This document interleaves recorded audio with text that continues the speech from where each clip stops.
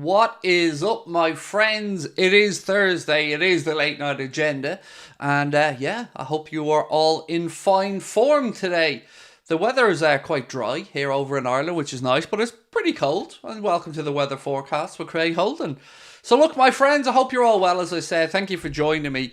I won't be live at all tomorrow, so this will be our last live stream before the watch-along for the Manchester City game, which, of course, we will be starting from 11:30 on Saturday, so make sure you're with us for that one.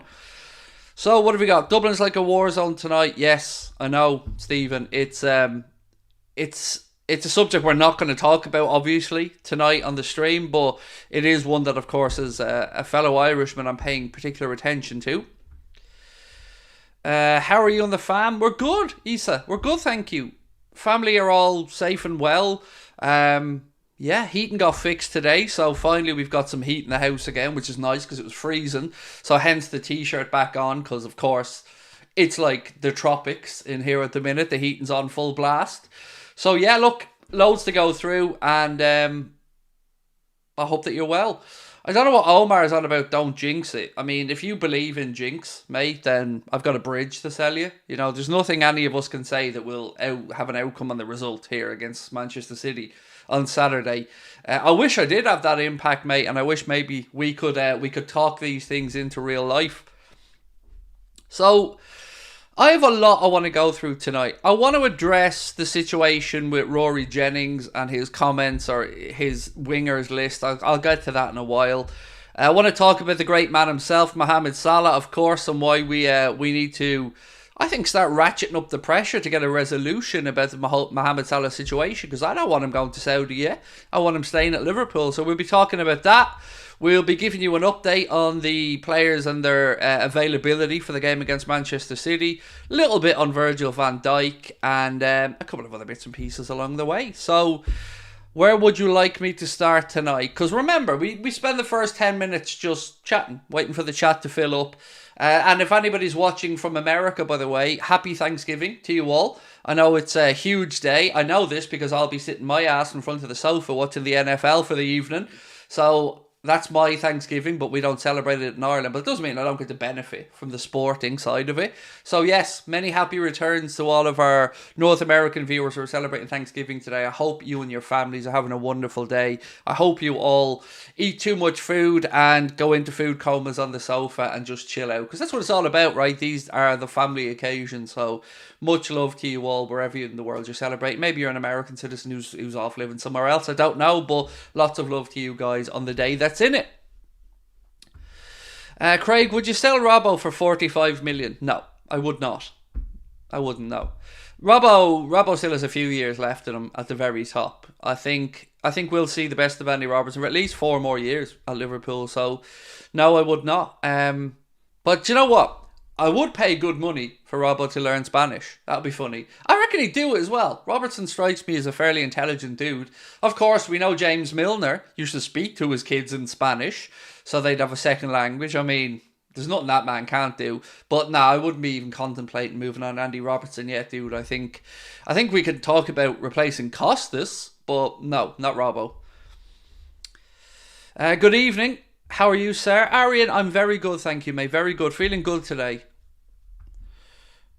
What did Rory say? He chats out his arse. I'll move on to it, trust me, in a bit. I just want to wait for the chat to fill up so I don't have to go back over these things multiple times. So look, I'm not going to take any cheap shots at Rory. I don't have anything against Rory on a personal level.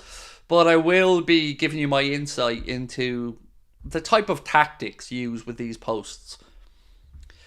Robbo... What? Robbo is a liability, we won't sell him. I'm hoping autocorrect did you dirty there, Emmy, because he certainly is not a liability. But I don't think you meant to say liability based off the rest of your post. Yves Moylan, welcome to Anfield Agenda FC. Thank you so much. And if you would like to become a member as well, you can do it one of two ways. You can scan that QR code on the screen there that you see in the bottom corner, or you can just click the join button. We have 2 memberships on the channel, Anfield Agenda FC and Anfield Agenda Ultras. If you're an Ultra member, you will get into the Anfield Agenda Discord group, which is for Ultra members only and what we use to chat offline, basically. So yeah, appreciate you.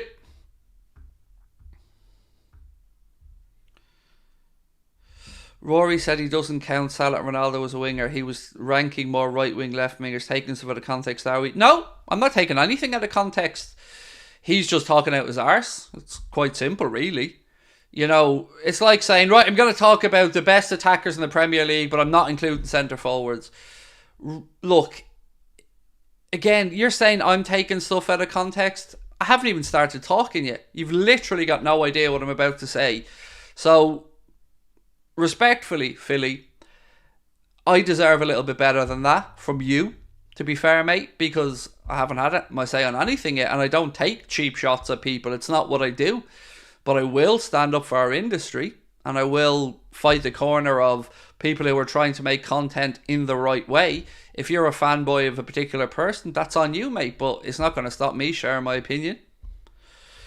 JC, thank you, buddy, for gifting 10 Anfield Agenda memberships. Very kind of you indeed, and I'm sure they'll be much appreciated by some very grateful people. What's your prediction against City? So, I went 1-1. I went 1-1, mate. I'm always nervous going to the Etihad at the best of times, let alone when we have a 12:30 kickoff. And look, when I go on about the 12:30 kickoff, by the way, I'm not trying to make out like we're at a bigger disadvantage than City for this. No, I mean, I think the product of the Premier League is just been damaged by this game being on at that time.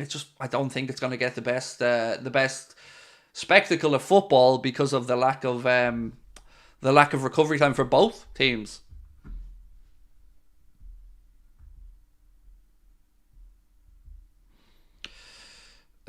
Rory said Salah would be near number one. Look, again, you're going in on me when I haven't said anything. Have I spoken? Yeah. Have I, had a go at anybody? Look, I suppose this is a good time to discuss it. So let's speak about it. Then let me just get the list up here 1 second, and then we'll go through it in more detail. So bear with me. So, as you guys probably seen earlier on today, or maybe you didn't see, Rory Jennings released Rory's top 10 wingers. And I don't really care what excuses he comes out with now after the backlash, because the backlash was intended from day one. This isn't the first, second, third or fourth time that Rory or others have done this type of thing. And I have nothing against Rory Jennings the person. I've met him on a couple of occasions. I always found him to be a nice down-to-earth fella. But he has form for this type of stuff, and he's not alone. And the reason that it irks the likes of me and many other people on social media is because it treats people like idiots. It's disrespectful to the audience because it isn't a genuine opinion. It isn't a genuine thought process. It is done for one reason and one reason only, and that is to incite an emotion and a reaction. And it works. But I don't like it personally. It's not my style. It's not what I like to do with my content. But I've seen a lot of people today being criticising it and calling it out and whatever. The thing is, by doing that, and even by me doing this, by me sitting here talking about it, it is giving it traction. So we need to understand why these things happen. People do it to provoke an emotion and a reaction, and that drives content, that drives interactions, which drives views, which means they win. And as I've said before, he's got form in this area for rather stupid opinions. Now, I don't like it because, as I've said, I feel like it's picking off low-hanging fruit. And it's not the first, second or third time I've seen it happen. So as I said, the fella, I've always found him very nice whenever I've met him. But these opinions, I can see through them a mile away. It's bullshit. Like the Haaland stuff last year. It is done with one reason and one intent only, and that is to get it shared and get it out there. So I, as a content creator, as an example, I like to let my opinions hold their own weight, my genuine opinions, one way or the other. I don't say things to provoke a response. I don't say things to provoke a reaction. I say things that are on my mind. So, like now, I think that list is absolute nonsense, but it's his opinion. I just don't believe it's his actual opinion. And therein lies the problem for me. If this was somebody's genuine opinion, I'd go, questionable. But when I see it done over and over and over again, it's fake. And it's nonsense. And it gives the rest of us a bad name. because there are some of us trying to make content that informs people, engages people in the right way. And I view this as shit, pathetic, lazy. That's my take on it. And again, nothing against the man. I've always found him to be polite and nice. But this shit I see through. And I hope others do as well. Because you can't reward this level of stupidity. You can't reward undermining your own audience. You can't do it. You know, it is treating people like idiots. Because you know what's going to happen, right? So that's my say on it. And again, I've been as respectful as I can. But I just hope it changes, because we want this industry to be taken seriously. We want this industry to continue to grow and develop. But to do so, we need to start giving, in my opinion, we need to start giving the opportunities, the stage to people who are voicing genuine opinions that they will, of course, back up and defend. Not somebody who's saying something to provoke a reaction to try and gain traction and eyes on something. I'd rather that was done with a proper debate rather than this laziness. That's just my take on it. Rachel, thank you, mate, for gifting 5 memberships. Appreciate you.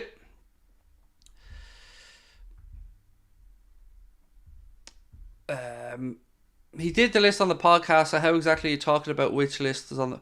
Look, it was done for reaction. And look, I get it. You don't want to hear that. If you like somebody, that's fine. I'm not disrespecting you.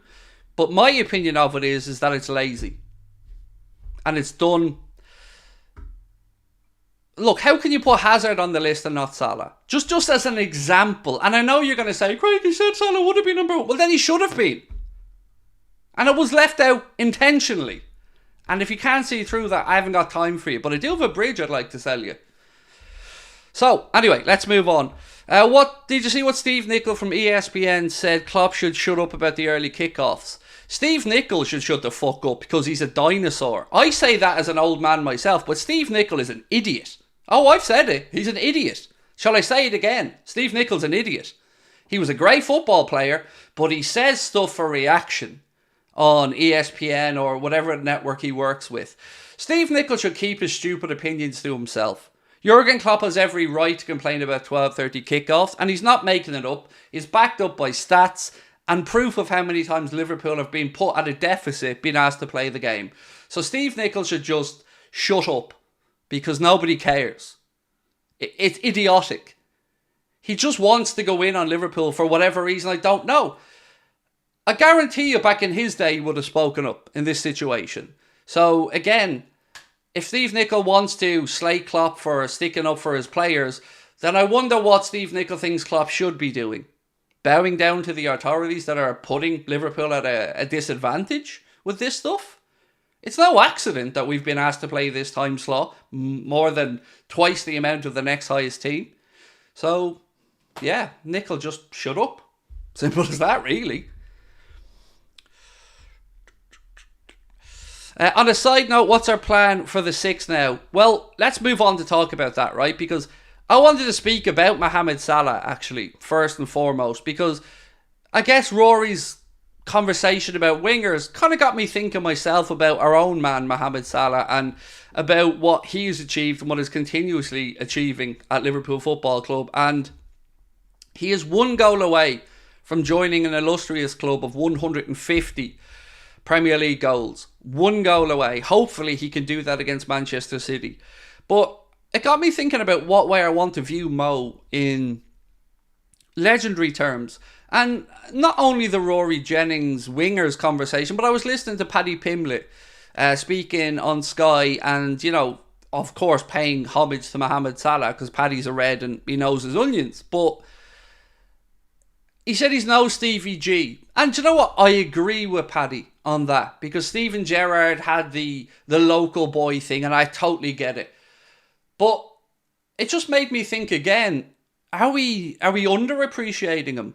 Because I don't want to be that guy that looks at Mohamed Salah 10 years down the line, looks back at it and goes, mate, you had a real one there, and you did not appreciate what was in front of you. And I made a point at the start of this season of saying to you guys that I'm going to appreciate Mo as much as I can. And I think we need to just we need to talk about him in this pantheon of, is he the greatest Premier League winger? Is he? Because he's got to be in the conversation, genuinely. Like, yes, Ryan Giggs' longevity was tremendous and what he did, and the Premier League has been graced with some absolutely wonderful wingers. But the reason I think Mo stands out to me is he came back with something to prove. He went to Chelsea from Basel and it didn't work out. And he didn't let his head drop. He went off, continued his career, went to Italy, had a spell with Fiorentina, Roma, and earned his move back to the Premier League. Ironically, to the club he probably should have went to in the first place, but Liverpool dragged our heels on the initial interest. We don't think we had the money at the time to buy him from Basel. So he came back with a point to prove. And my God, has he proved it. Like, that first season was otherworldly. But the thing is, he wasn't found out. Nobody was able to stop him. That genius continued. And even when he's lost a yard of pace, he has still developed his game in other ways. He is the pinnacle role model for any young player, any young athlete looking to get to the top and have longevity. He's got mental strength on a par with anybody. His physical conditioning is absolutely exquisite. You never see the man looking out of shape. And he's humble to boot, which is incredible. And I just want to take a minute to start to the stream just to say that we are privileged to have this man at our football club. And I hope that we still have a few more years left to look at the man's brilliance, because it worries me very much so that we haven't seen any indications yet that FSG are willing to or wanting. I don't say wanting to, because surely they're not that dumb. It concerns me that we aren't tripping over ourselves to try and tie him down to a new deal. And if you add this in to what the Al Ittihad president said, it becomes a little bit worrying. Now look, this is what the Al Ittihad president had to say. He said, speaking about the situation in the summer where there was late bids for the likes of Mohamed, Salah, Kevin De Bruyne, and I think Sergio Ramos to come over to the Saudi Pro League. He said, I've remained silent, but I hope to be able to respond soon on what happened in the last week of the summer market regarding Salah, Ramos and De Bruyne. So it got me thinking, do you think that means they're coming back in January for Mo? Because if he said he's going to be able to speak soon, we all know you're not going to speak out of place. We know who pulls the strings at certain clubs in that league. It's the PIF, those who are funding the transfers. So if somebody speaks up or out or shares an opinion, it's probably going to be ran past the PIF first. So what I can say is, I don't think it matters what number anybody would come in with in January. I can't see Liverpool accepting it. But I am worried about the summer, because, as I've mentioned before, the longer this goes on without Liverpool looking like they're at the negotiating table, the more I can see a situation where Mohamed says, am I valued? Am I wanted? Do they really fight to keep me here? Because remember, we've seen this before with Steven Gerrard. He felt that the club wasn't doing all that they could to keep him at Anfield, and he almost went and joined Mourinho at Chelsea. Thankfully, we had the outcome in that we'd all hoped for. But I just hope that isn't the case with Mo, because as I've said many times, we broke a wage structure for him for a reason. He is immense. So I hope that we have conversations about a new deal, because I don't want it dragged on. I don't want him disrespected, and I don't want it to become a distraction. So whatever the solution is, I hope it's amicable, I hope it's quick, and I hope we all find out soon. Because if we have 6 months left with Mo, be nice to know that, so we could really start the appreciation party and look towards an end goal. What I don't want to happen is for us to have an end of season situation where we don't know and we don't get to give him the potential send off.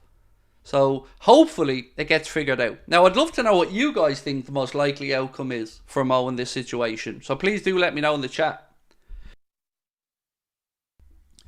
John Williams, thank you, said Tottenham, Son and Salah are, in my opinion, the most underrated players in Premier League history, both from unfashionable countries. Both exquisite footballers, as you've said, John. Son he's been brilliant as well. You know, he really, really has stepped up at Spurs and delivered season in, season out. Very good footballer. Both very, very easy lads to like as well, you know. Very humble, very honest, very likeable fellas.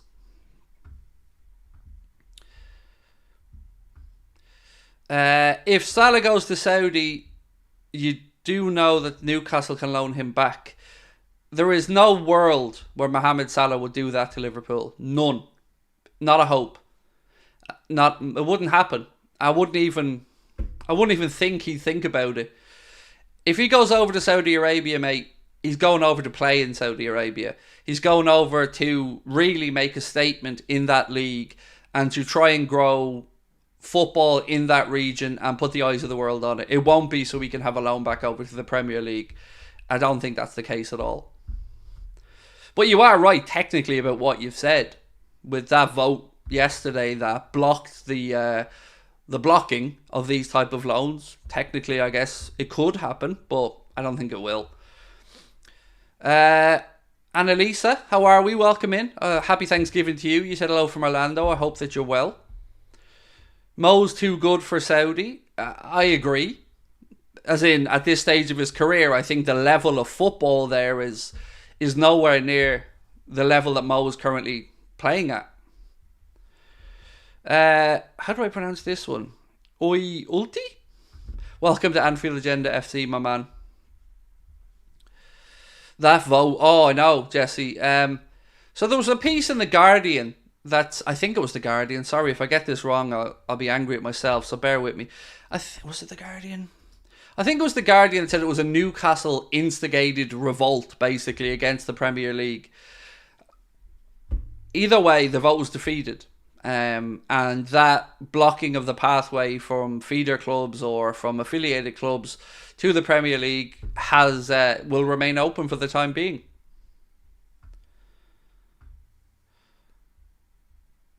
Please don't brick our coach again. What are you talking about, Mike? You weird little freak. 5 years ago, Mike, and you're still crying about it. 5 years ago. Do you know what you're not mentioning though, Mike? And what a lot of Manchester City fans fail to mention.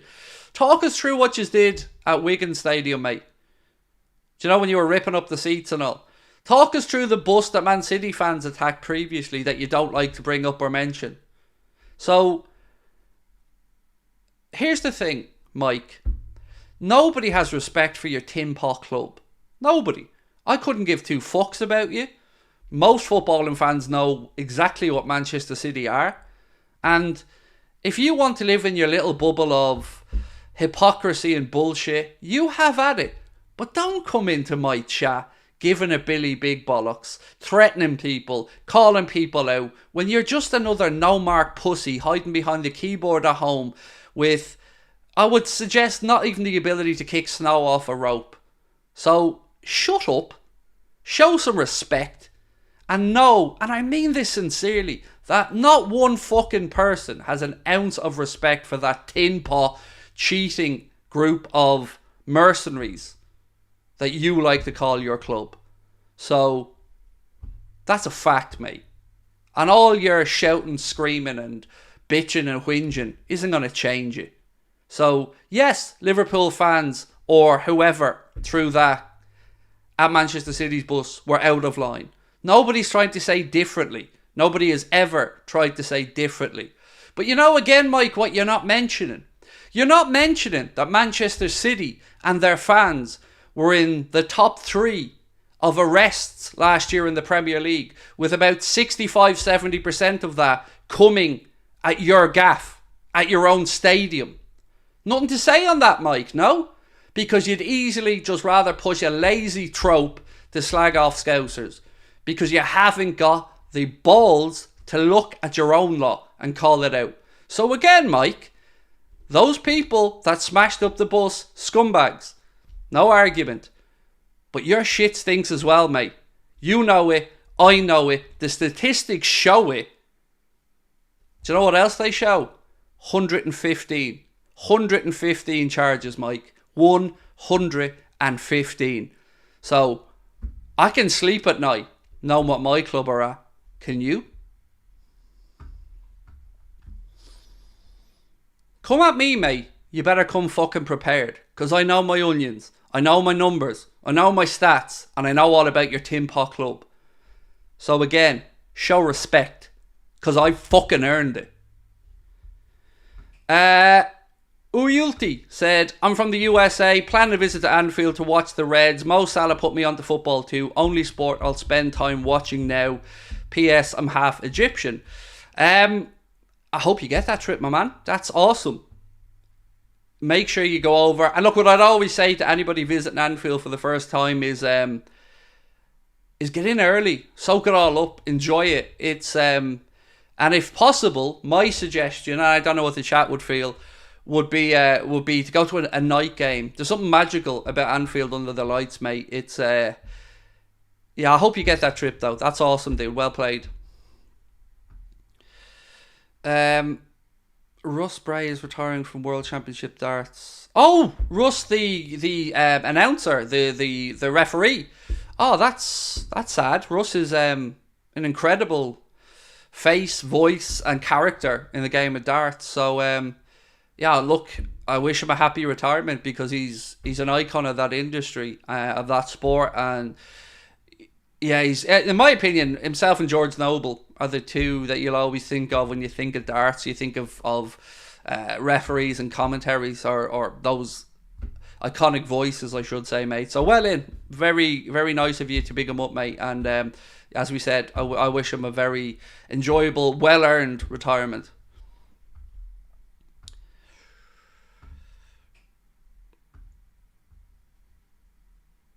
I went to visit Anfield today too. Our family, Liverpool family, so it'll be a great experience. Again, look, I say this over and over again, but I mean it. If you get a chance to visit the city of Liverpool, do it. I love the city of Liverpool for a whole host of reasons. I think the entertainment scene in and around the city is top notch. I love comedy. There's some great comedy venues there. The food is top notch. Some really nice restaurants in Liverpool. Obviously, the people are sound.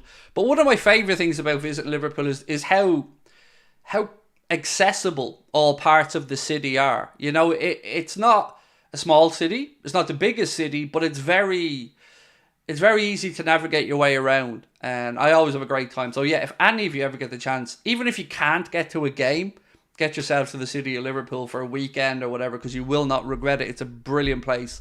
Always has a great atmosphere, and I love a bit of shopping as well, me, so I'm always in Liverpool 1 if I go over. Craig, do you think most Man City fans started supporting after oil money? So, no. It's difficult, Queen Nadra, because there is a group of Manchester City fans who deserve our respect, who have been with the club through the main road days, through the relegations down to the divisions, that were setting attendance records. And I'll always have respect for those fans. But I don't have respect for anybody who willingly turns a blind eye to stuff that deep down they know is wrong for short-term gain. Because that's all that ever is short-term gain. Ultimately, this whole exercise will backfire for City in the long run. And those fans that are true, wonderful fans are going to look back at this, I think, in 10, 15 years' time. And it's not for me to say whether they weigh it up and say it was worth it or it wasn't, but I just don't think it will end well. Right, anywho. Can you give us a tour of Liverpool? I don't know it well enough to give you a tour of Liverpool. I'm still exploring and finding new things when I go to the city. The museum, for instance, was amazing. Getting to know about the influx of Chinese people to Liverpool, and the culture and Chinatown in Liverpool. And of course, as an Irishman, there's great immigration from Ireland across as well. So yeah, I'm not the person to give you a tour of it, but I can definitely recommend the city very strongly. It's just such a class place. Right. What have I got? What have I got? What have I got? So, main stand. No, not main stand, Craig. Any road end. Bit of good news on that front in that the opening of some parts of the Anfield Road end upper will start to happen around the Manchester United game, which is taking place, I think if my memory's right, I want to say it's about the 17th. Actually, I might have the actual day here. 1 second. So, the Echo said Liverpool will have part of their new Anfield Road upper tier open for the visit of Manchester United next month after an acceleration in the £80 million development. The Reds had taken the decision last month to keep the new section of the stadium closed until the new year as they continue to deal with the fallout of the Buckingham Group, the initial contractors of the project going into administration in August. Work on the construction resumed in September under new contractors Rayner Rowan and has now continued at such a great rate that Liverpool are in a position to confirm phased opening of the new stand subject to test events and safety certificates. It's understood the club are optimistic that around half of the tickets for the upper tier, which in full will house an extra 9,000 supporters, will be made available for the visit of their bitter northwest rivals Manchester United on Sunday, December 17th. So that's top notch to have that for that game. So the more we can get in for the United game, the better. So a bit of good news there. Also, I'm not sure if I thanked Rachel for gifted memberships. If I didn't, Rachel, thank you for that as well. I know sometimes I miss things when I'm on a bit of a rant or a bit of a elongated spiel. Why Hammer? Welcome, my friend, to Anfield Agenda FC. Max, I didn't know it was Queeveen Kelleher's birthday today. Happy birthday, Queeveen. Yeah, many happy returns. So, look, I've a lot I want to get through over the next hour or so, and I won't be here tomorrow, so I'm going to try and get through as much of it tonight as I can. But I do want to start off by talking about what Liverpool actually need in the January transfer window, because what we've seen over the past few days is a change of direction, apparently, and I think it's actually a double change of direction, if I'm honest with you, because previously what we'd seen from many journalists who seemingly have sources at the club who brief them have been that Liverpool aren't really going to do any business in the January window. Now, if you juxtapose that with the other thought process of are Liverpool still in for Andre or not, you kind of get a bit confused about, well, why are we in for nobody, or then we're maybe in for Andre. But again, we've seen another little twist in the last 48 hours. It now looks as though Liverpool could be active in the January market. The question is, what do we need? What is potentially achievable in that market? And how much money do we have to play around with? So, off the top of my head, I kind of see it a little bit like this. As each day goes by, it feels, at least publicly, less likely that Liverpool are in the mix for Andre. Now, it could be a bluff. It could be we're keeping quiet because we don't want a bidding war. So we'll wait and see what happens there. But it does look like there's serious interest from Liverpool in bringing in defensive reinforcements. And I think I mentioned this yesterday, but the more I think about this, the more I feel it could be the right decision. Because we have Andy Robertson currently ruled out. You know, we're questionable on what we all think about Costas and him being a deputy. And then we've got Trent on the other side. So if we could get a utility fullback, I'd be over the moon. Now, I'd also wouldn't mind a specialist like that young Barco kid from Boca Juniors. We could have Lloyd Kelly, has been mentioned before. Spurs are looking at him as well. He can play either as a centre-back or as a full-back.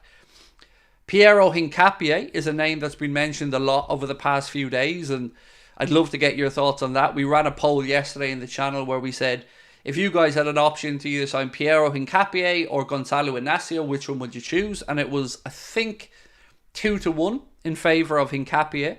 Problem there is, Leverkusen are in a good position. Leverkusen are challenging Bayern Munich and are still in the Europa League. And actually on that, bit of a sidetrack here, what's the guy's name? El Chingarito, was that the dude over in Spain who, you know, for the longest time was saying TikTok, TikTok, TikTok for the Mbappe stuff? Well, apparently that he has said that he believes Xavi Alonso will be the next Real Madrid manager. No, excuse me, I'm wrong. The next Bayern Munich manager, excuse me. And it goes as far as to say that will happen in the summer. So obviously Thomas Tuchel, probably his ears are pricked up over this and want, coming in to take my job already? And we do know that there is rumoured to be an agreement, whether it's in black and white or a verbal agreement, that if Bayern Munich, Real Madrid or Liverpool came in for Alonso, there'd be a conversation to be had. So I don't know if the likelihood of the manager not being there past the summer would increase the possibility of them being willing to sell, as an example. Frimpong, we've spoken about as well, has been somebody who's been linked to Liverpool in recent times. So for me, if we could get in a centre-back and a full-back in this January window, I look at it this way. There's 3 pieces of this puzzle need to be solved for Liverpool in total. A full-back, a centre-back and a defensive midfielder. If, for argument's sake, we can fill 2 of those 3 spaces with additions in January, I'd be over the moon with that. And see, I view January transfers maybe a little bit differently to other people.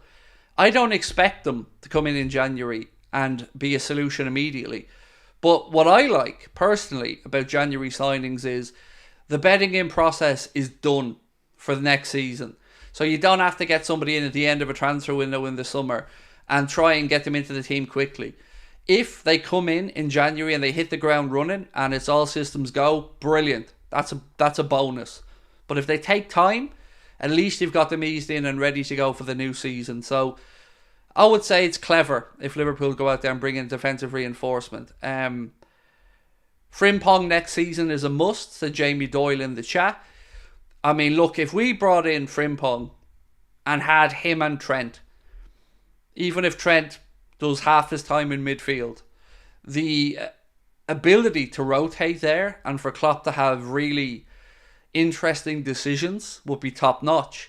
What I have enjoyed and what I have liked is that Liverpool have been very strongly linked with very specific types of players. When I looked at the kid Barco from Boca Juniors, he looks exactly like a Jurgen Klopp type player.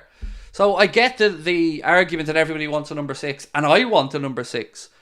But I've also tried to ask myself, if Bajcetic was available next week, as an example, and Bajcetic played right through into December, and we're into the January window, and Bajcetic hasn't picked up a little injury, or he hasn't had a recurrence of his calf problem, then I'd start to feel a bit more comfortable that with Bajcetic and Endo, and maybe McAllister, possibly even Jones, that we'd have enough there to get us through to a time of the year where there's more time to get deals done, and perhaps somebody who Klopp wants will become available.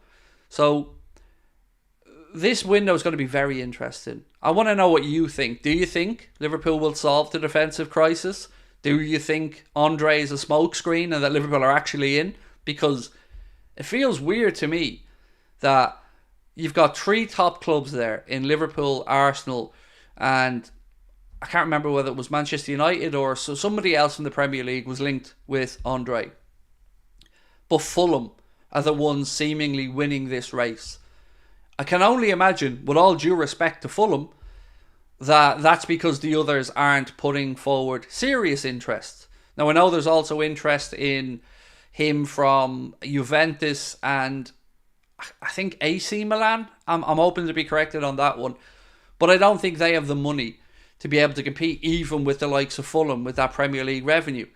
So my thoughts are, if Andre's gone to Fulham, it's because nobody else has really played their hand yet. I refuse to believe that if Liverpool came to the table and offered the same money and it was a straight decision from the player, that he wouldn't come to Liverpool Football Club. But hey, I am known for being a bit deluded occasionally. Tabsoba from Leverkusen is class as well, said Jasper. Look, Leverkusen have some pretty in-demand players at the minute because of the great work being done by Xavi Alonso and, of course, their style of football. So I want to ask, what do Liverpool need? Let me know in the comments now what you think will happen or what you think is likely to happen in the January market. One thing that I want to say before I finish up this little segment is we can't hear poor mouth from John W. Henry and FSG because once they showed their hand to us, the fans, that they had that Caicedo money in the summer, and we've had such a good start to the season, the fear or the excuse of potentially missing out on the Champions League next year, I think that's dissipated a little bit. So they can't use the "we have no money" angle. So I'm interested to see how it goes. But as I said, over to you guys now to let me know your thoughts on it. A couple of super chats that I have to get back through. Y Hammer said, Indy Kayla speaks. Andre bid in. I don't believe that. I mean, I don't know what else to say other than I don't believe it. It would take somebody a bit more... with a bit better of a track record for me to start getting excited about the idea of Andre than Indy Kayla. Liverpool accept people accept Liverpool, said Oi Ulti.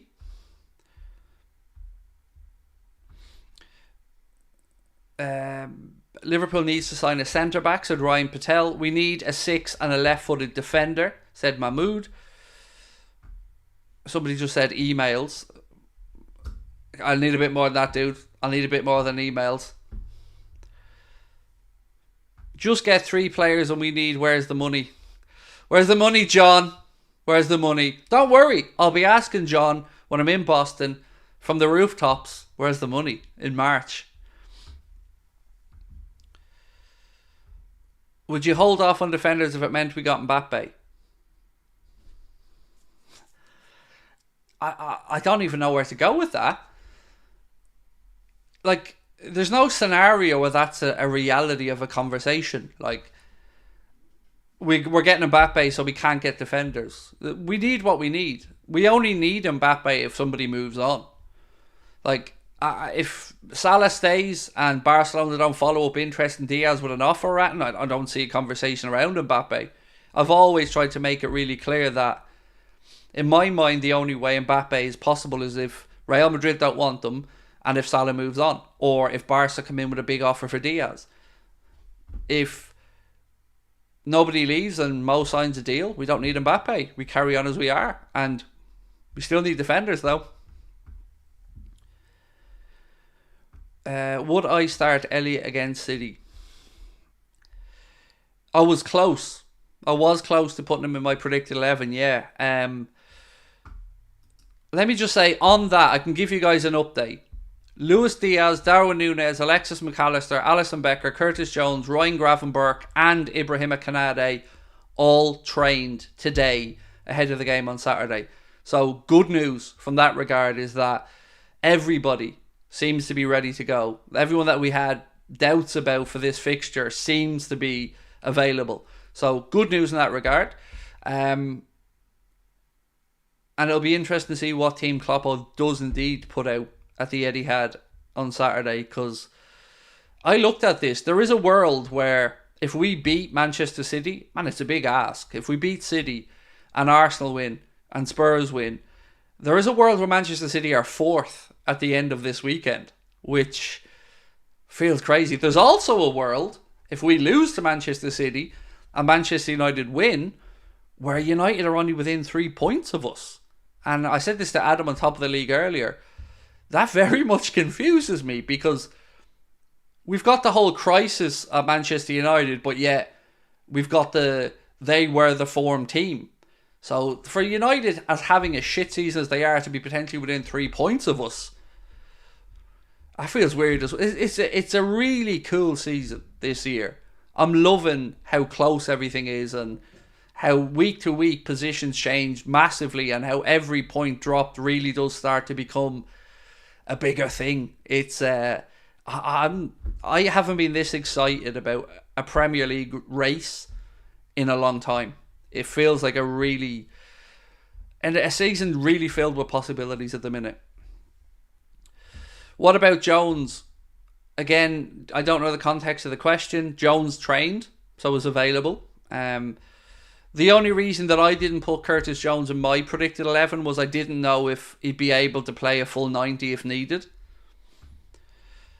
I'd go Gomez at left back over Chimikas, said Queen Nadra. So my gut instinct was to do the same thing, Queen Nadra, but that game with Pochettino's Chelsea against Manchester City, it put it in my head that attack is the best form of defence against City. And I know that was at Stamford Bridge and not at the Etihad, but I think Pochettino had the right idea about how he went to get at Manchester City. No respect, 100-mile-an-hour football, and attack. And I'd like us to do that. I'd like us to go back to the early days of Klopp, to go to the Etihad and make it chaotic. Make it a basketball game, end to end, attack open, because we've got the firepower to cause them problems. So, against my better judgment, I ended up putting Costas in there for that reason. So I know a lot of people in the chat are saying to me about Dublin City Centre. And of course, I know what's going on there. For those of you who aren't aware, it hurts me to say this. There was a situation in Dublin City Centre today outside of a school in Parnell Street, which is right in the heart of Dublin's north inner city, where there was 5 people stabbed, some people seriously injured by one person. A young child and a mother are in a serious condition in hospital, and it has caused upset in Dublin, and rightly so. I don't want to get into the ins and outs of it, because this is not the time or the place to speak about it. But it hurts to see our country and our beautiful city of Dublin feeling so angry in a week where there was a high-profile court case where a young teacher named Aisling was murdered, and her killer was convicted this week. There's high emotion at the moment in not just Ireland, across Europe, in the UK, and I don't want to add to it by dividing people anymore. But I do want to send love and best wishes to all of my Dublin viewers, because it's not something we want to see in our beautiful city. It's not something we want to see in our country, and it's not something that we should condone. But I hope people are safe up there, and that's all I can really say on it, because I don't want to get into politics or anything like that. Right. What have we got on this one? One sec, folks. So, Virgil has been speaking about his season so far, and about why he believes he's showing better on the pitch than he has in last season, as an example. And quite simply, he said, I feel very good and I want to keep going. For me, the most important thing is how I feel, what my teammates feel about me, and especially the manager. And one really key comment that I heard from Virgil this week was that he trusts his knee now. He trusts his body. He's not second guessing or overthinking it. And he feels like he's got the full belief in his movements back, which is great. So here's hoping Virgil's good form continues, because he's been really good. And statistically, best defender in Europe's top 5 leagues so far this season.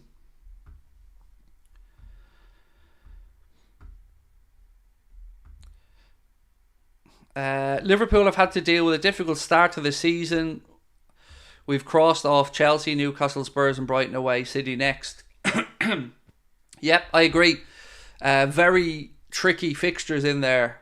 And look, to be honest, if you go through them, bar the Newcastle win, the rest haven't actually ended up in great results, have they? For varying reasons, but they are fixtures that have been played, and they are difficult away fixtures that are now out of the way. So, yeah, after tomorrow at the Etihad, or excuse me, Saturday at the Etihad, regardless, we'll still be in touching distance with, at that point, City, Newcastle, Chelsea, Brighton, and Spurs all played away from home. So there is a lot to be optimistic about this season. And I got to be honest, I didn't see the rebuild working so quickly.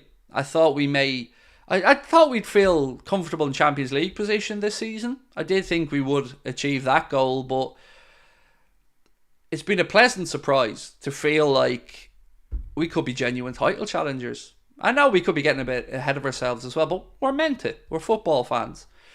But are you guys feeling pleasantly surprised on that? Or do you think maybe we've rode our luck a little bit? Because I genuinely look about and think we're as good as anyone in this league. So we should have the belief to continue to push to try and win this league. We might come up short, but I feel like we're there or thereabouts.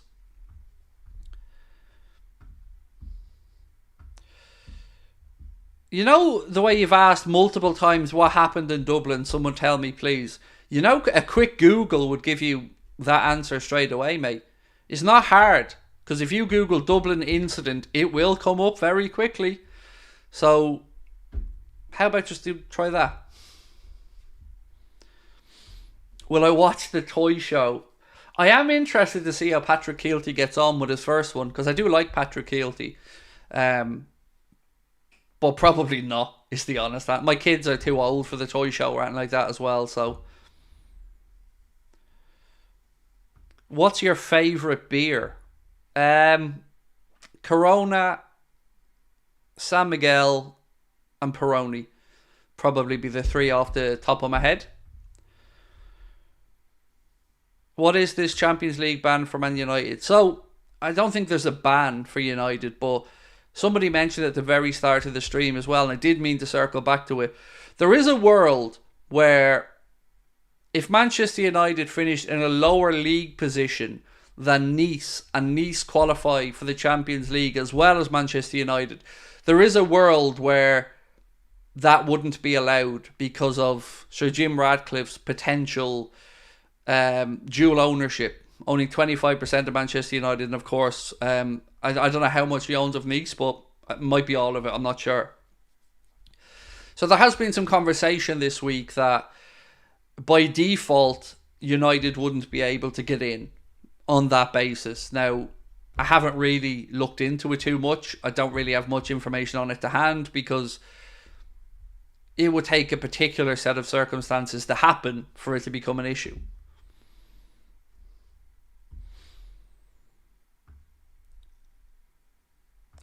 I saw what happened. I hope families are okay. It'd be good to protect from any other tragedies. Absolutely, mate. And that's all we all hope for, is that everybody is safe and well. What's your opinion on Kwanzaa? Probably the same as your own. Really pleasantly surprised, because I was sleeping on Gerald Kwanzaa. I got to be honest. Obviously heard the name, knew he was a youth player. But until pre-season, I didn't expect him to make the breakthrough. But he's earned it himself because of his consistency, obviously his willingness to learn and develop under Kloppo, and a great pre-season. So yeah, look, every time I read more and learn a little bit more about Gerald Kwanzaa, it's positive, because he seems very firmly focused and driven to become the best he can be. So it's great to have him at the football club. It's always great to see an academy product start to come through. And I'll say what I say about all academy products is let's measure expectation to allow them to develop and understand that they'll have down periods as well. It won't all be a runaway success. They'll have games maybe where they make mistakes, but they're learning. But yeah, he looks really good. Really good. Oi Ulti said, just googled it, suspected lone attacker. Yeah. I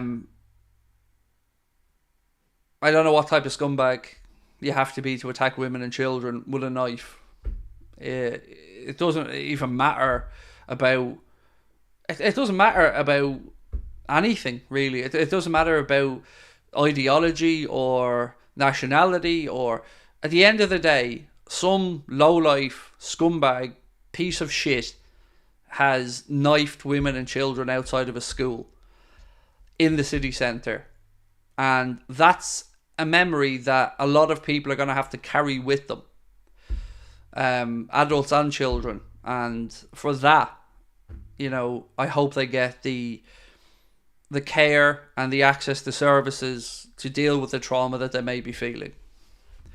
Alec Thomas, thank you for upgrading your membership, my friend. appreciate you to become an Anfield Agenda Ultras member. You should now see the code for the Discord group, mate, or the link. If it isn't working, it needs refreshing, let us know and we'll get that sorted. Any news on City injuries? Yeah, there won't be any. Shock horror. Look, Haaland's going to be fit and available. Rodri's going to be fit and available. The only one I don't know about is Ederson, but I never expected anything other than that they'd be available, to be fair. I didn't think the response from the Irish PM was very good. So, what you guys call a Prime Minister, we in Ireland call a Taoiseach. And again, I don't want to get into politics, but people feel scared at the minute. And that's understandable. And I think the government and those in power need to understand that people have genuine concerns about certain aspects of life in Ireland at the minute. And those concerns need to be addressed and not ignored and not shouted down and not ridiculed and not pointed at and being called extremists or lunatics, because that may be a small subsection, but I tell you one thing, I'm not an extreme in one way or the other, and I've got concerns about a country that has always been safe now being less so.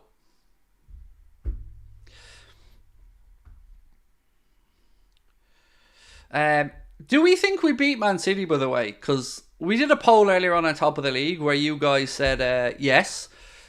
Adam and Ben suggested yes when we did our predictions. I don't know. Maybe, am I the pessimist here? I'm not. I believe we can do it, but I don't feel confident that we'll do it. I think I'm a bit of a pussy when it comes to these things, by the way, because I'm always like, yeah, go for the draw. I'll take the draw if it's on offer in these massive games. At Anfield, no way would I take the draw. At Anfield, I'm wanting to win. But going away to the Etihad, I think if you leave there with a point, I think you can feel, okay, we're still here. We're still in this. Let's put a poll on it then. Now that we've got an entire Liverpool fan base pretty much in, or an entire section of fans.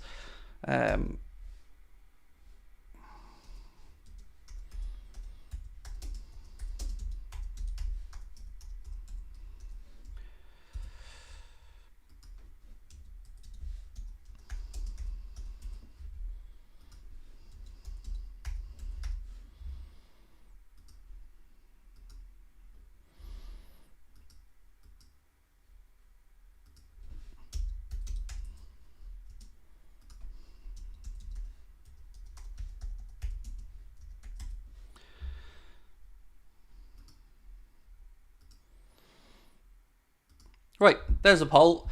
Straightforward, asking for the result. Man City win, a draw, or a Liverpool win. Let's see how confident people are really feeling.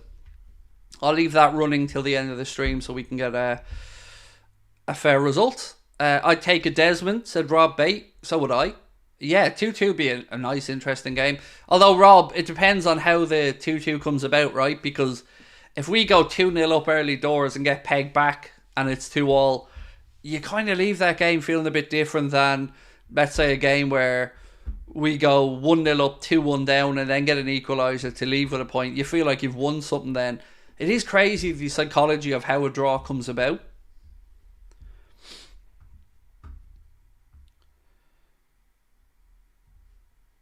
We haven't beat them at the home ground in the league for a couple of years. Yeah, I know. It's not a happy hunting ground in the Premier League.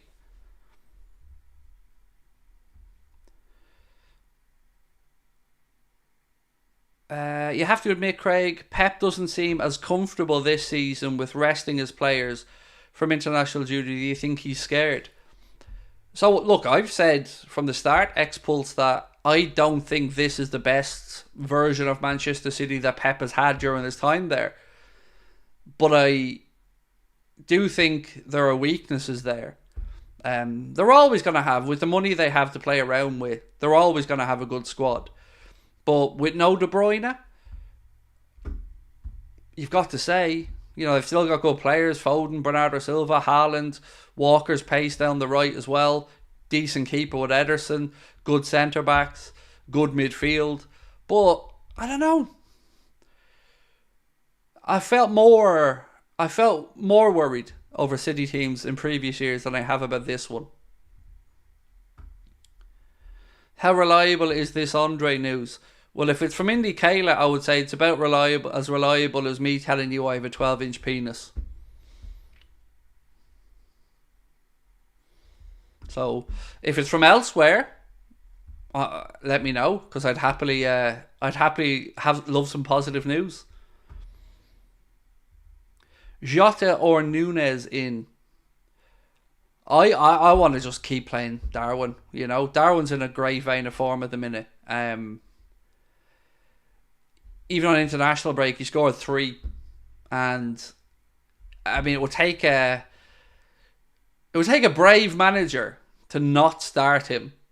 Now, I think there is a world where Klopp goes with Jota because of the sheer amount of travelling and minutes, but I hope we see Klopp go with Diaz, Nunes and Salah.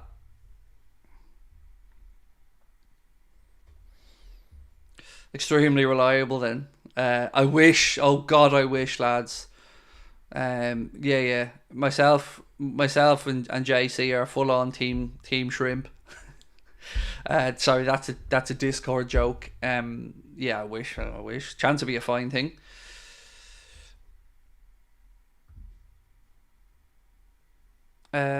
Anfield Central by Michael Mongi says that we're trying to get Kefren Thuram. No idea how good a source is. I don't know. I mean, I know who that gentleman is, but I don't know the story linking us to Kefren Thuram. It did feel weird in the summer. Like, we were very strongly linked with Kefren Thuram for ages, and then it just went really cold really quickly. So I'm not sure if there's still an appetite there for Liverpool to go back. Looking at him, he does seem like the type of midfielder you could see Klopp having an interest in. You know, he's tall, he's athletic, but with bringing in Gravenberch, have we kind of already got that style midfielder boxed off? Let's wait and see. But look, it's not the most unbelievable link, to be fair, to Kefren Thuram, so let's wait and see what happens.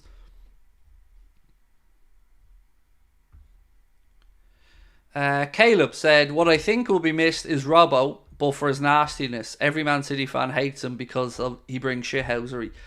Yes, he is a master shithouse, Andy Robertson. And we'll always miss him. You know, he's a legend in that regard. So, yeah, look, it's going to be tough. We're going to have to walk the line between being aggressive, but not overly aggressive. We don't want early yellow cards. We don't want, let's say, one of our midfielders being targeted for picking up an early yellow by that Manchester City midfield, because, you know, we may need some tactical fouls at times. So let's wait and see what happens. I'm interested to see about this clamping down on waiving imaginary yellow cards that seemingly popped up again over the international break. I mean, I thought this was already something referees were supposed to be clamping down on, but it feels like they only clamped down on it for us. Because, I mean, I remember when we played, I've seen loads of opposition players do it and not get a yellow card, but I've seen our boys ended up getting a second yellow and being sent off. Mateusz Musialowski is a great prospect for the team. His time at Liverpool's done. Mateusz Musialowski will not be breaking through into the Liverpool first team, based off a lot of stuff I've read in the summer. I think if a move can be found for him away, and there was one mentioned early in the summer, but I don't know what happened there. I think he's had a change of representative as well, if I'm not mistaken. But that was one of them weird ones where when he signed him, everyone was calling him the Polish Messi, and he was very highly thought of, but not really made the headlines as much in recent times. What is your score prediction? So I think 1-1 is how I'd guess at the game at the Etihad. I think somebody else said Desmond earlier on. That makes sense to me as well. I can absolutely see it becoming 2-2. Yeah, I feel comfortable on that. City will probably get a soft penalty as usual. So, do you remember the penalty Haaland got against Chelsea? Am I alone in feeling like nobody else would have got that penalty? Because Virg got manhandled and got nothing against Luton. I've seen other players get dragged down and get nothing from other clubs. But that's probably one of the few I've seen given for somebody dragging a player down. And it seemed very soft, to say the least.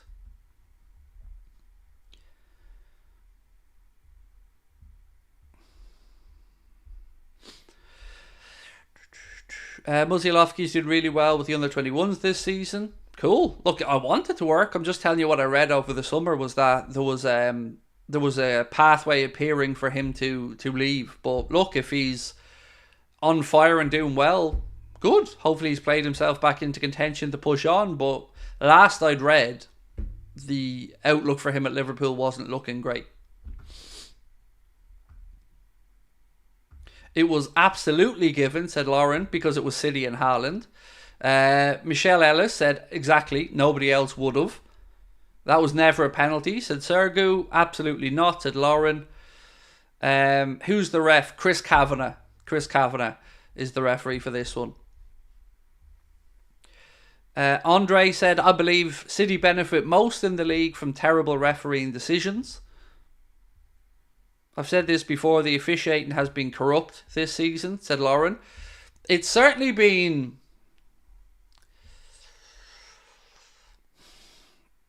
From the outside, Lauren, it certainly looks like it's benefited a certain few clubs. Spurs, City. Feels like they've got, and I'm going to be polite and say the rub of the green this season. Didn't he elbow Robbo? No, that was Konstantin Hatzidakis. That was the assistant referee that threw the elbow towards. I think he was he part of Paul Tierney's team? Can't remember that one, but it was definitely Konstantin Hatzidakis who was the official in question. The biggest fear for me is not City, but VAR, said Keenan Doddy. I mean, I wish I could say different, but I won't lie to you, mate. I'm kind of going into this game expecting to be shafted on something as well. And that's not a great feeling, is it? That you're going into a game which could be pivotal in a title race. And our biggest fear isn't being outplayed by the opposition or the atmosphere inside the stadium having, making our players nervous. It's that the officials will find a way to once again have an over-the-top influence on the outcome of a game of football. That's a sad state of affairs. That a lot of us feel that way. Which country have I visited?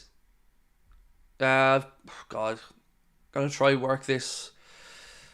America, Canada, Jamaica, Mexico, the Cayman Islands, obviously England, Wales, Spain, Portugal, Italy, Croatia, Turkey, Holland,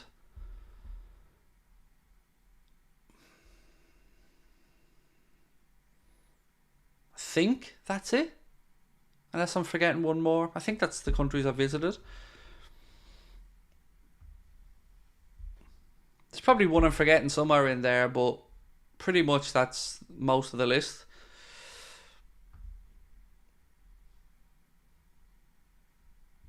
Why am I stuck on Anfield Agenda? My family's sleeping already. Your voice, Adidas shirt and background got me glued. We will take it, Mac. We'll take it. I'll take it. Look, Dream brand deal for me is Adidas. You know, I said that. I've got a manager now, and I said to him, look, it's not ever going to happen, but I'm an unashamed Adidas fan, and that's the dream. That's the dream. I could be like Ireland's version of Missy Elliott with that Adidas crossover.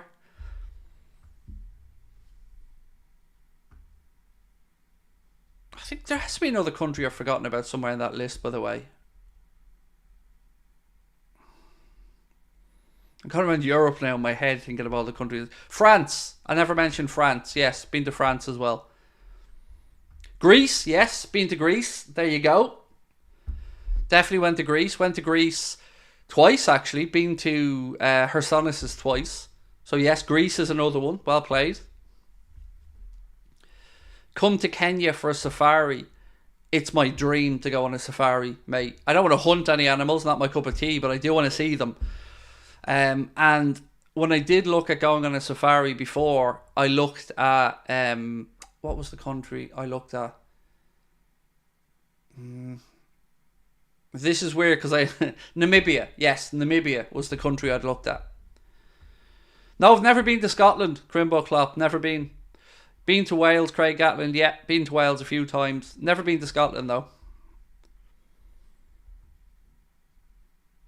Imagine that. Missy Elliott and Craig in a music video. Oh, I'd be such a fanboy. I love Missy Elliott. That'd be amazing.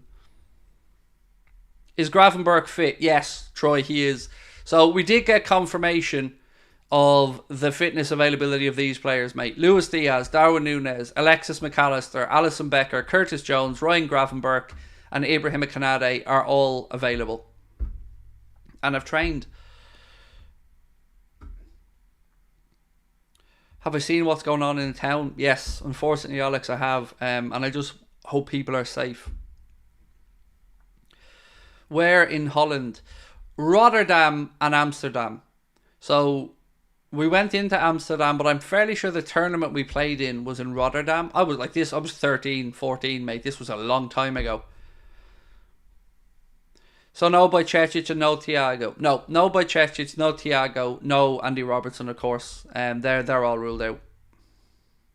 Favourite ethnic food? Don't know. I like any country that can grill meat well, basically. Meat and rice. There's something about Turkey and the way they cook rice, which I've not sampled elsewhere. It's almost buttery. It's amazing. I love Turkish food, by the way. Turkish food is top notch. What would you do if Gomez started the centre back and we brought Quans at right back? I would ask where Trent is in that scenario, in all honesty, mate. Fried Mars bar I've had, and you know what? It was lovely. Myself and Sabrina were going to a show in Dublin before, and we got there a little bit early, so we went into a takeaway to get a bit of food.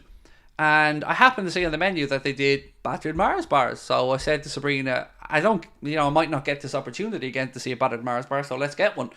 And oh my God, it was nice. Way nicer than I was expecting. When is the LFC Legends game? I don't know. I'm not into the Legends games. It's not. Yeah, it's never appealed to me as being one to go and watch it. And I mean, I love that it raises money for the LFC Foundation and for very good charitable causes, but it's not my cup of tea. Have you tried Momo steamed dumpling? I have not, but you had me at dumpling, mate. Yes, please. Yes, please. So, right. I'm going to get into a bit. We're going to do 15 minutes of getting to know Craig now. So if you're only here for the football, I understand it. This is probably the time where you zone out and head off. But we're going to have a bit of fun for the last 15 minutes because I'm not on tomorrow.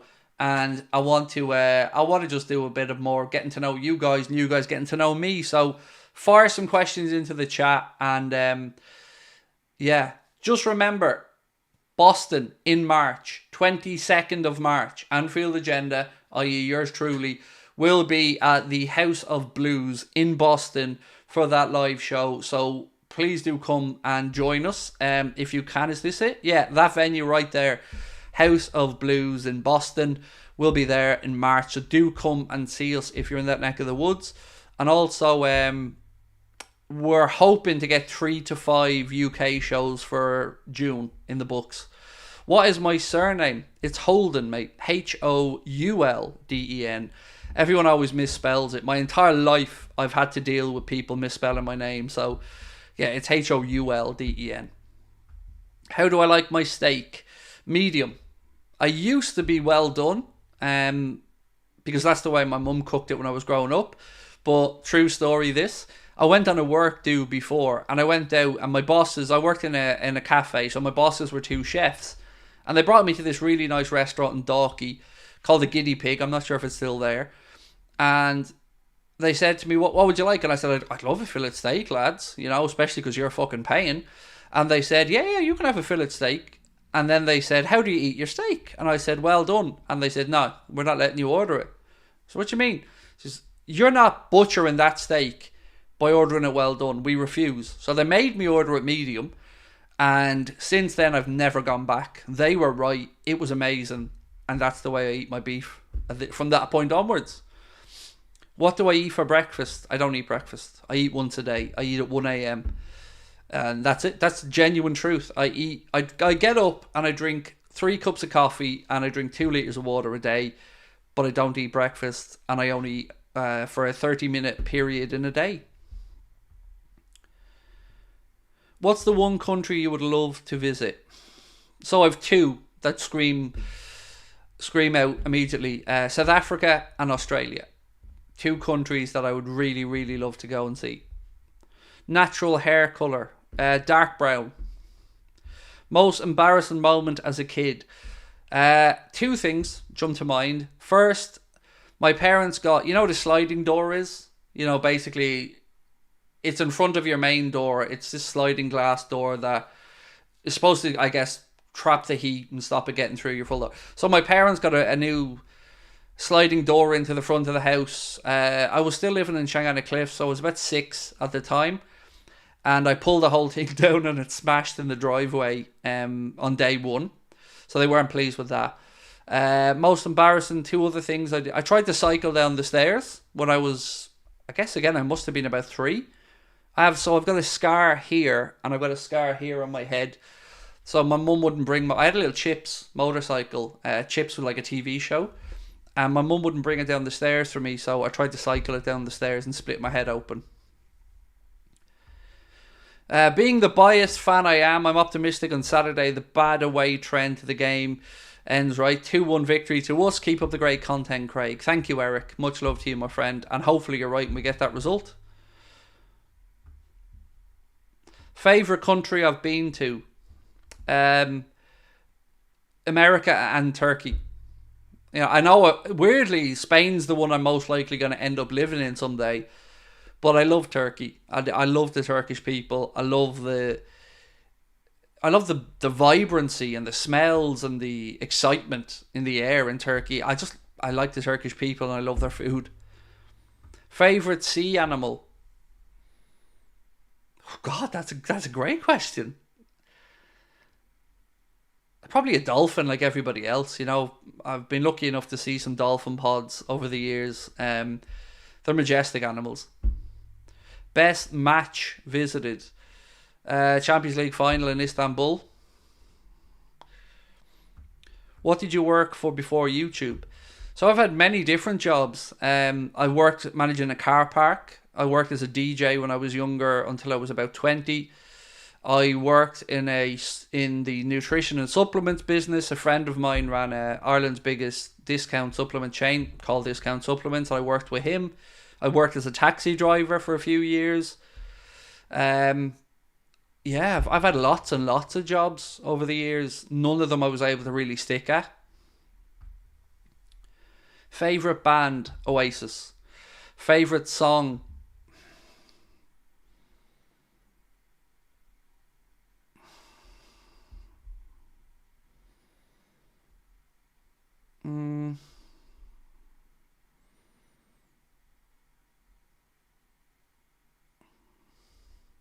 Stand By Me.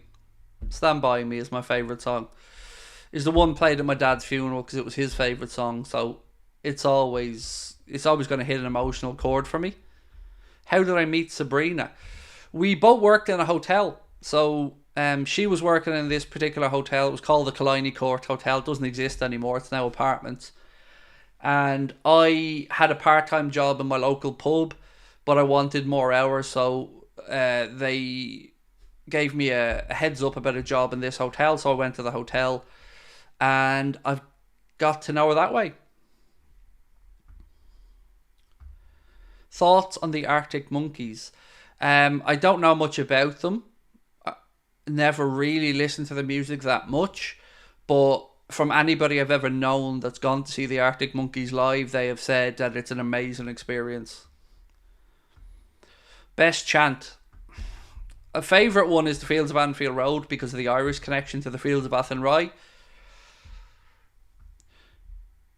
Shout out for Leo's goals for reaching 100k subscribers. 100%, Jesse. An amazing achievement from a very, very dedicated, hard-working fella. Leo will be on with me on Monday here, by the way, at 8:30 for a live show. So you'll all get to congratulate him in person. And yeah, look, I know what getting 100k meant to me personally. So, and I know what it took to get there. So yeah, amazing achievement and very well deserved. Where was your first kiss? It was at a house disco in... So I would have been... I want to say I was about 10 or 11. It was at a house disco for someone's birthday. Which footballer do I hate the most of all time? El Hadj Diouf. Do I like the Kings of Leon? Absolutely. Yeah, really. I listen to Fans a lot, that song. Leo from Leo's Goals. Yes, he'll be joining me on Monday.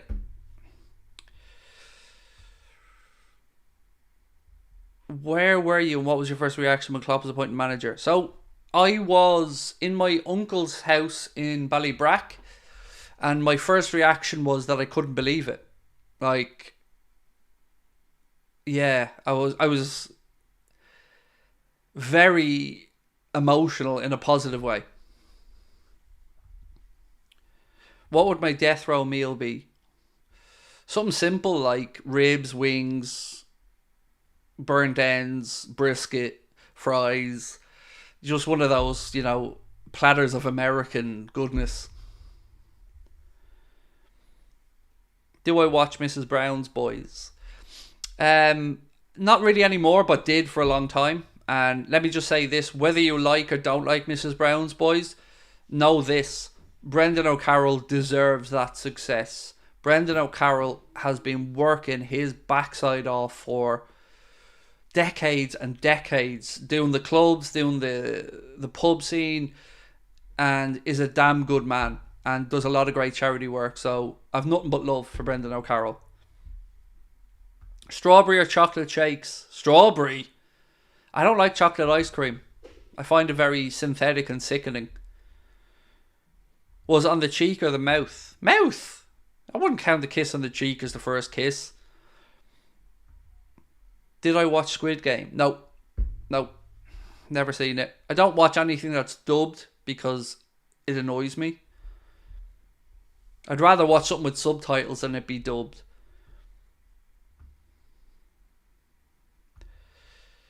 Juff is your most hated. What about Judas Owen? No, Juff. Because I just don't see any goodness in him. Don't like him. I don't like these spitter fans. I don't like him. Favourite colour? Black. Yeah, black's definitely my favourite colour. Just can't wear black with the camera that we use. The Sony camera that myself and Adam both use, it doesn't accept black tops when we wear them. It makes our skin like extremely pale looking and white, and it's just not worth the hassle of adjusting the colour setting. So McDonald's or KFC? KFC. How are kids? They're good, thank you. I have an 11-year-old son named Lucas, and I have a 19-year-old daughter called Circa. Favourite Liverpool player? Robbie Fowler. Thoughts on Galatasaray? Look, Kaya, I have nothing but respect for Turkish football fans. They are some of the most noisy and enthusiastic and hardcore, amazing football fans. I've said this before. If I was a player, Turkey would definitely be a country that I'd be interested in playing in. I'd love to go and see a game live in Turkey someday as well. Like, some of the atmospheres look incredible.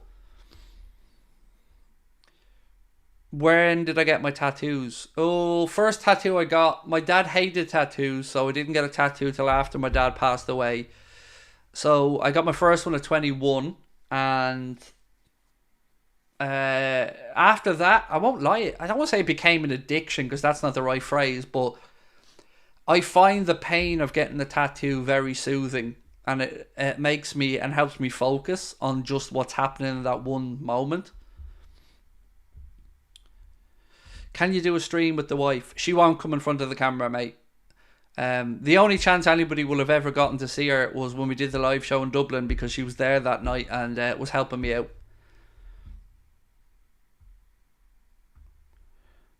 Do you think United will make it out of their group? No, I don't. Look, if they go over to Galatasaray and get a win, fair play to them. But I think there's too many things that can go awry for them at this point. I think they've left themselves too much work to be done. How did you feel when Steve McManaman left? Yeah, that's a really good question, Mike. I had mixed feelings at the time. My initial feeling was a bit annoyed towards Steve McManaman. But to be fair, over the years when I've heard Steve McManaman discuss the situation, I understood it a bit more. And, you know, we went on and won some stuff at Real Madrid, and he was a really good player, and Liverpool weren't where we should have been at that point.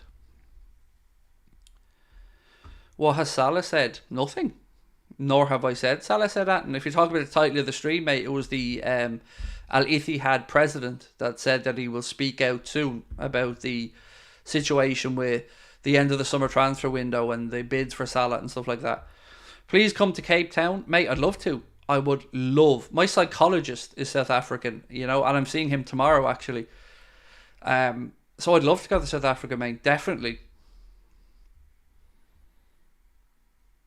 Do I have a Liverpool tattoo? One on my leg. It's not just about Liverpool. It's about Liverpool, autism, and my son. Will we stream the Boston show live? No, I don't believe in live streaming shows like that, because I don't even want people on their phones for these type of things, because it's a no holds barred, honest night where, you know, it should stay in the room. I always feel like that. When you do these type of shows, everything that's said should stay in that room between the people that were there and me. It's a very intimate thing for me. Do I play mobile games? Sincerely, and weirdly, I only said this to my wife the other day, I don't have a single game on my phone. Not one. Not even solitaire. Like, not one game on my phone.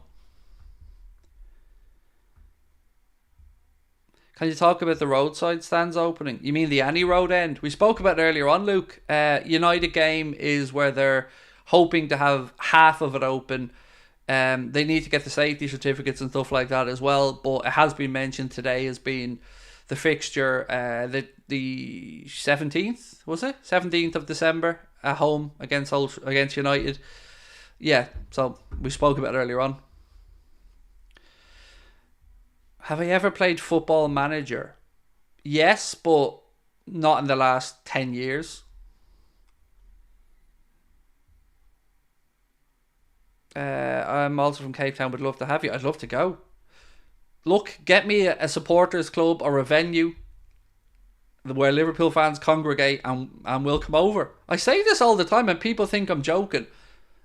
The reason we're doing a show in Boston is because LFC USA, Brian, said, fancy coming to Boston? I can help you source a venue for a show.